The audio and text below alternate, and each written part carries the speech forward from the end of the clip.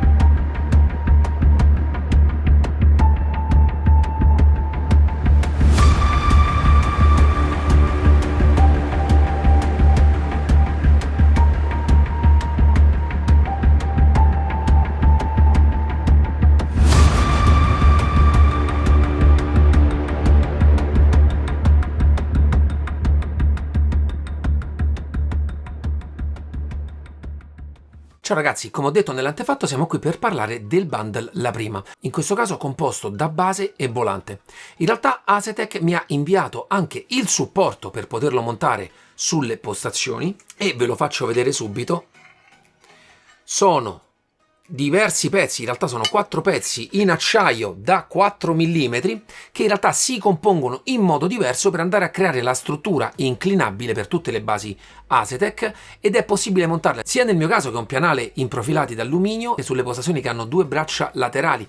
Ci sono veramente tanti modi per poterle utilizzare, ci sono anche video all'interno del canale YouTube di Asetec che spiegano tutti i diversi tipi di montaggio che si possono fare tramite il loro supporto, ed è tutto ben solido vista la struttura in acciaio, in questo caso verniciato a polvere. Ci sono sempre i loghi, vi faccio vedere, Asetec in tutti i pezzi, sempre una cura anche estetica e ingegneristica di quelli che sono i suoi prodotti. Passo velocemente a un altro gadget che mi è stato mandato, che è l'Universal Hub, cioè il quick release che consente di poter montare qualsiasi tipo di volante. In questo caso ho montato un Leoz con lo schermo e, seppur avendo un cavo per la connessione USB e l'alimentazione dello schermo, in realtà si connette tutto all'uscita USB che ha questo hub e quindi consente di montarlo e alimentarlo direttamente dal quick release di Asetec. Molto interessante. In più all'interno della scatola ci sono diverse prolunghe con lunghezze diverse. Di base c'è quella più corta, io in questo caso ho lasciato quella più corta perché per mantenere la stessa distanza che avevo già con il volante originale di Asetec ho preferito lasciare questa. Ma la cosa carina che consentono queste prolunghe è che il cavo di alimentazione dei vari volanti passa all'interno della prolunga stessa, c'è anche questa soletta per far uscire il filo e tutto rimane ancora più ordinato. Il sistema di fissaggio è sempre lo stesso che utilizza Asetec su tutti i suoi prodotti e c'è qui la parte dove prende l'alimentazione, ma anche in questo caso rende davvero molto semplice l'utilizzo di qualsiasi volante. Personalmente un acquisto straconsigliato se prendete questi bundle, ma inizierei proprio con i suoi prodotti e proprio con il suo volante da 28 cm e mezzo. È sempre la stessa linea che Asetec ha utilizzato anche sul volante forte. In questo caso si vanno a perdere alcuni rotari e cambia la front plate, in questo caso in metallo, nel caso della Forte è una lamina di carbonio, ma in realtà è soltanto un aspetto estetico perché il volante di sé per sé, la parte di copertura in realtà è un misto plastica, fibra di vetro e fibra di carbonio. Vi faccio vedere anche da vicino la texture con cui è fatta, davvero bella, e in più molto resistente perché l'anima del volante è comunque in metallo. Vado subito anche a parlarvi delle impugnature in gomma siliconica. Ci sono anche questi piccoli movimenti che aiutano il grip. In questo caso, seppur il volante risulta aperto nella parte sotto, la rigidità torsionale a questo genere di movimenti è davvero alta. Molto solido. Voglio però farvi notare che le impugnature che mi sono state mandate sono le stesse che ho provato anche nel Forte. In questo caso, per la grandezza della mia mano, la parte di scalanatura del pollice è un pochino piccola e vado sempre un po' a toccare in questa parte di plastica rigida. Però la cosa carina di Asetec è che le impugnature si possono cambiare, ce ne sono tantissime personalizzate. Vi consiglio, nel caso abbiate la mano grande come la mia, di prendere magari un'impugnatura XL.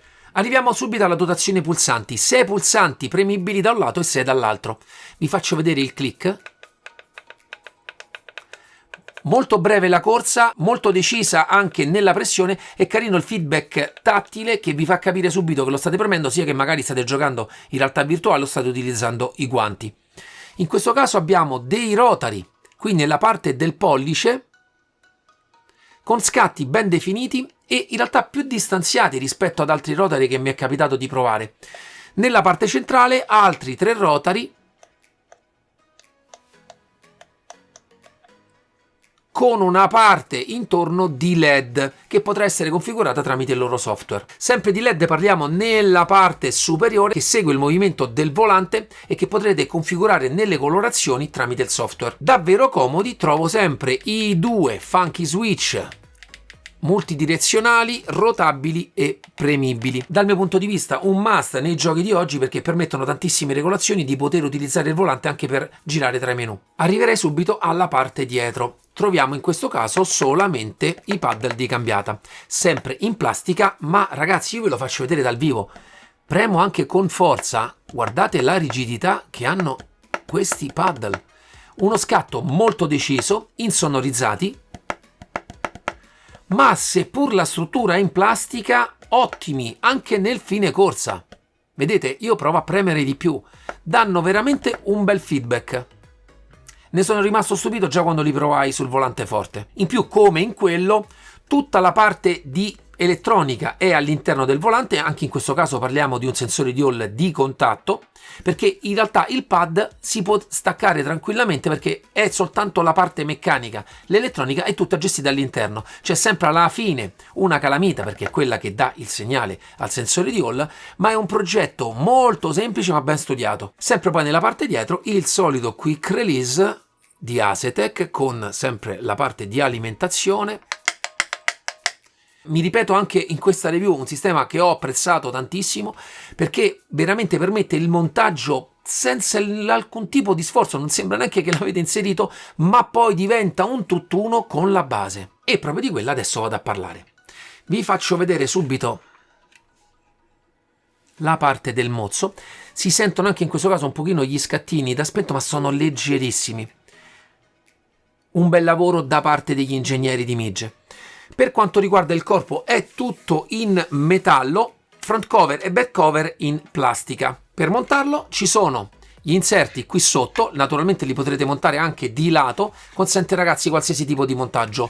Hanno una filettatura M6 ma già tutti i viti e bulloni sono all'interno della confezione. A livello estetico apprezzo sempre la linea di Asetec, soprattutto per i colori e gli adesivi che utilizza.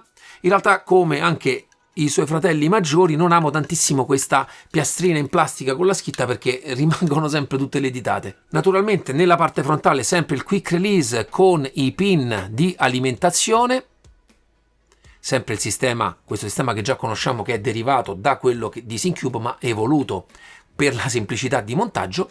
E nella parte dietro, in questo caso, troviamo il connettore di alimentazione, il connettore per il pulsante di accensione, ve lo faccio vedere, anche questo è fornito all'interno della scatola con il suo bel cavetto, e un connettore Type-C per essere collegato al PC e basta. In questo caso, proprio per il prezzo che ha questa base, si vanno a perdere tutte le connessioni USB per connettere altre periferiche direttamente alla base, ma a mio avviso per avere un prodotto di questo tipo a questo prezzo è una rinuncia ragazzi che faccio molto volentieri. Questo perché a livello elettronico, che è la parte più importante, abbiamo la stessa scheda che viene utilizzata su Forte e Invicta. Naturalmente gli stati di alimentazione sono un pochino più piccoli perché necessita di meno energia rispetto ai fratelli maggiori. Ma il cuore pulsante e la scheda, anche quella utilizzata nei modelli superiori. E sappiamo che lo sviluppo deriva dalle api acquistate da Granity Device. E a mio avviso quello che sono le schede di controllo di motore, a mio avviso a livello più alto che ci sono oggi sul mercato. Anche l'encoder utilizzato è un BIS-C 4 milioni di posizioni, parliamo sempre del vertice di categoria, che unito a una scheda di controllo di questo tipo fanno funzionare questa base davvero bene.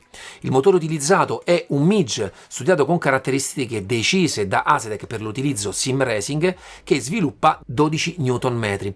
A mio avviso una forza che andrà bene all'80% di voi, soprattutto se ben settata nei vostri simulatori preferiti. Ma ragazzi, è arrivato il momento di farvi vedere il suo software. Eccoci finalmente a Race Hub e vi faccio vedere subito la configurazione del volante. Nella prima schermata potrete decidere la colorazione dei LED frontali. Vedete, vedete come cambiano qua nella parte del volante.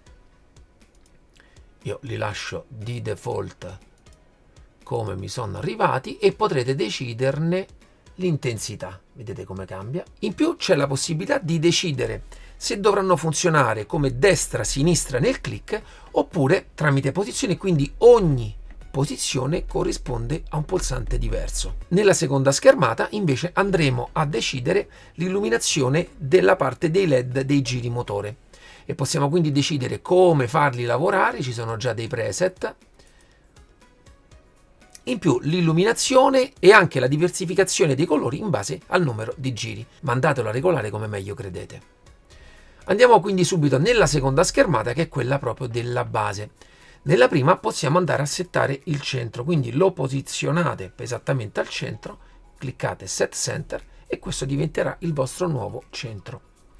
Nella seconda schermata Torque abbiamo tutti i parametri per andare a settare il force feedback. Cosa importante in questa schermata sono like torque, attivatelo in modo che avete sempre la massima forza della vostra base. In più potete decidere se vedere la visualizzazione basic oppure la visualizzazione advanced. Entrambe danno accesso a determinati filtri. Nell'advanced avete più margine di scelta e io vi consiglio in realtà di utilizzare questa. Vi faccio vedere velocemente quali sono le mie regolazioni.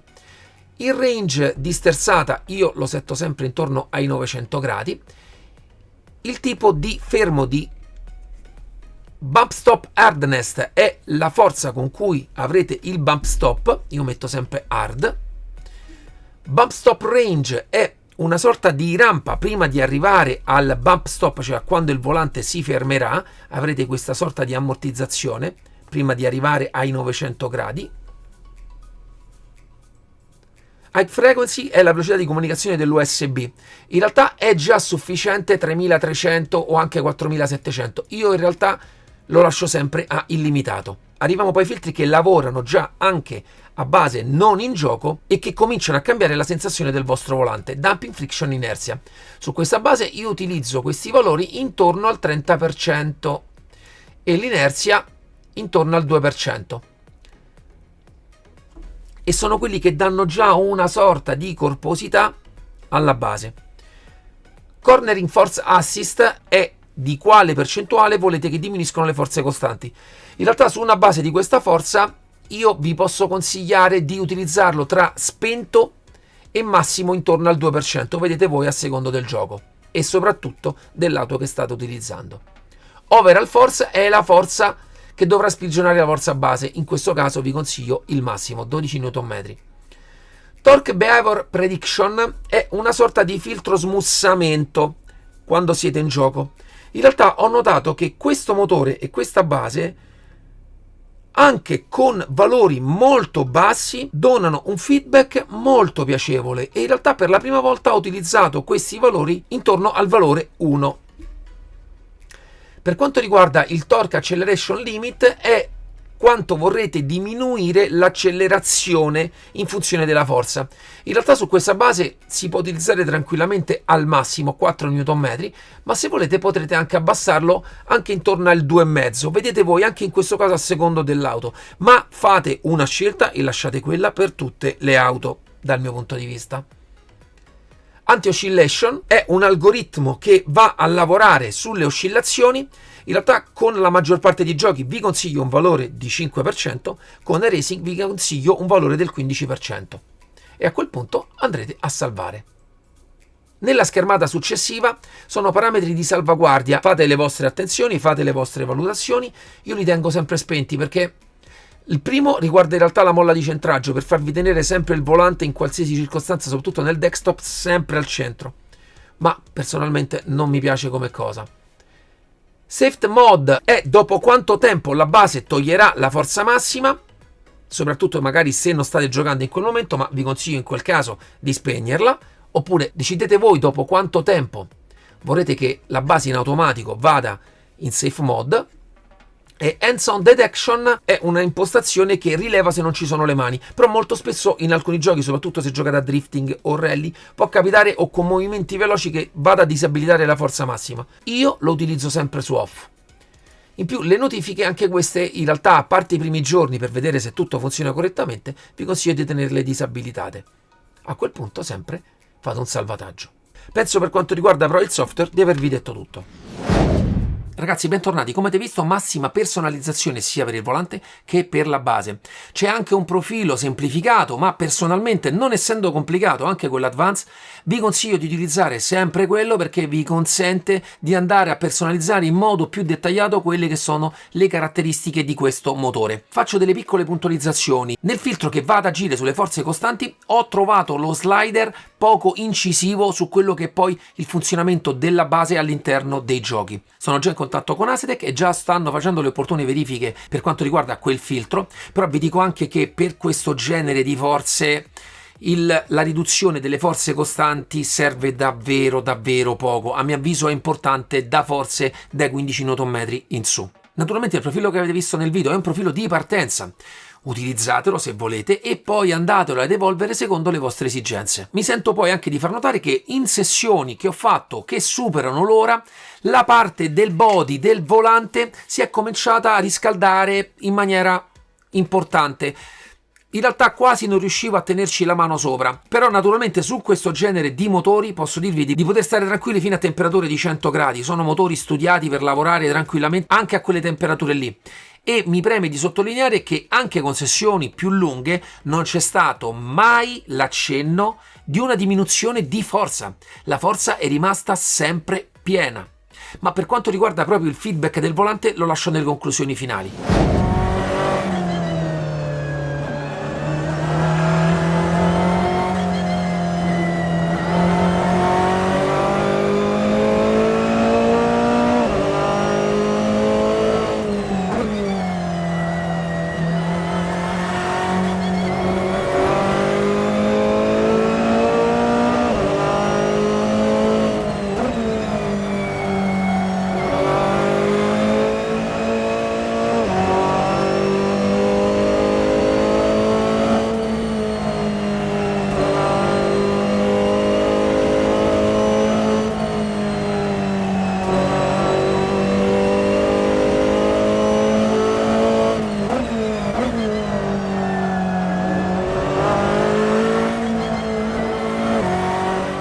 Ragazzi, bentornati, arriviamo alle conclusioni finali. Sono super soddisfatto. Questo perché tutte le aspettative che avevo in questo prodotto sono state appagate al 100%. È una base da 12 Nm, ma vi assicuro che è al pari, se non superiore, di altre basi che ho provato che dichiarano 15 Nm, proprio nella pienezza.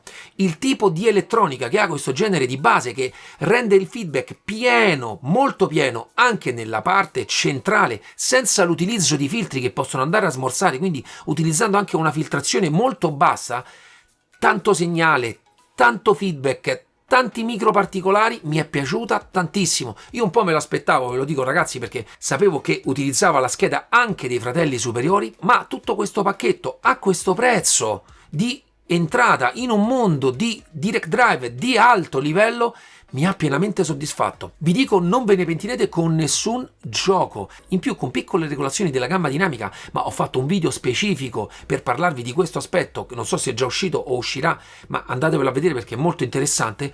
Ragazzi, andrete ad andare ancora più pienezza, più contorno a tutto questo genere di basi qui. Per quanto riguarda il volante, in questo caso è un volante molto basic, però la sua leggerezza unita alla potenza di questa base sono il giusto connubio per sfruttare davvero molto bene basi con questo genere di potenza. Anche se andiamo a perdere dei rotari rispetto ai modelli superiori, personalmente mi sento di promuovere il bundle completo perché dà un accesso a un pacchetto completo a un prezzo davvero interessante. Nel caso ci sono anche dei bundle direttamente con l'Universal Hub e quindi poi comprate il volante che più volete e quindi a quel punto espandere quella che potrebbe essere l'esperienza sim racing. Naturalmente mi piacerebbe nei commenti sapere anche la vostra esperienza, se già utilizzavate questa base o i prodotti Asetec. E poi ragazzi, i commenti, i like, le iscrizioni al canale sono la cosa più importante per me, per darmi la possibilità di essere contattato da queste aziende e portarvi a far conoscere tutti i loro prodotti.